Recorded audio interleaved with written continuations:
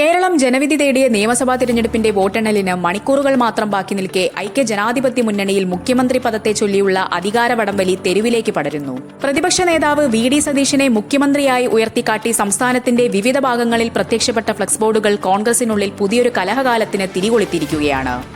കേവലം ഒരു അവകാശവാദത്തിനപ്പുറം ഹൈക്കമാൻഡിനെ പോലും മുൾമുനയിൽ നിർത്തുന്ന രീതിയിലുള്ള ഭീഷണിയുടെ സ്വരമാണ് സതീശൻ അനുകൂലികൾ ഉയർത്തുന്നത് എന്നത് ഗൌരവകരമാണ്.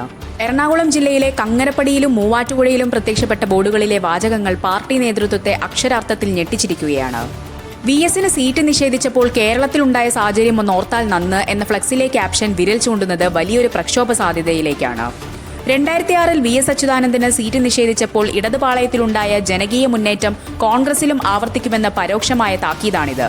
പട നയിച്ചവൻ നാട് നയിക്കട്ടെ, നിലപാടുകളുടെ രാജകുമാരൻ, നിയുക്ത മുഖ്യമന്ത്രി അഡ്വക്കേറ്റ് വി.ഡി. സതീശൻ എന്നിങ്ങനെയുള്ള വിശേഷണങ്ങൾ സതീശനെ പാർട്ടിക്കതീതനായ ഒരു നേതാവായി പ്രതിഷ്ഠിക്കാനുള്ള ബോധപൂർവമായ ശ്രമത്തിന്റെ ഭാഗമാണെന്ന് രാഷ്ട്രീയ നിരീക്ഷകർ വിലയിരുത്തുന്നു. ടീം കങ്ങരപ്പടി, കോൺഗ്രസ് കൂട്ടായ്മ എന്നീ പേരുകളിലാണ് ഈ ബോർഡുകൾ ഉയർന്നിരിക്കുന്നത്. യു.ഡി.എഫിലെ കരുത്തരായ മുസ്ലിം ലീഗിന്റെ പിന്തുണ വി.ഡി. സതീശന് ഉറപ്പായെന്ന വാർത്തകൾ പുറത്തുവന്നതാണ് സതീശൻ പക്ഷത്തെ കൂടുതൽ പ്രകോപനപരമായ നിലപാടുകളിലേക്ക് നയിക്കുന്നത്. ലീഗ് നേതൃത്വം സതീശനെ പിന്തുണയ്ക്കുന്നതിലുള്ള ആത്മവിശ്വാസമാണ് മുഖ്യമന്ത്രി പദത്തിനായി ഇത്രയും പരസ്യമായ അവകാശവാദം ഉന്നയിക്കാൻ അണികളെ പ്രേരിപ്പിക്കുന്നത്. എന്നാൽ സതീശനെ അനുകൂലിച്ചുള്ള ലീഗ് നീക്കത്തിനെതിരെ മലപ്പുറം ജില്ലയിൽ പ്രതിഷേധമുയരുന്നത് മുന്നണിക്കുള്ളിൽ പുതിയൊരു ചേരിതിരിവിന് കാരണമായിട്ടുണ്ട്. മുസ്ലിം ലീഗിനെതിരെ മലപ്പുറത്ത് പ്രത്യക്ഷപ്പെട്ട പോസ്റ്ററുകൾ കോൺഗ്രസിനുള്ളിലെ ഗ്രൂപ്പ് പോര് മുന്നണി ബന്ധത്തെയും ബാധിച്ചു തുടങ്ങിയതിന്റെ തെളിവാണ്.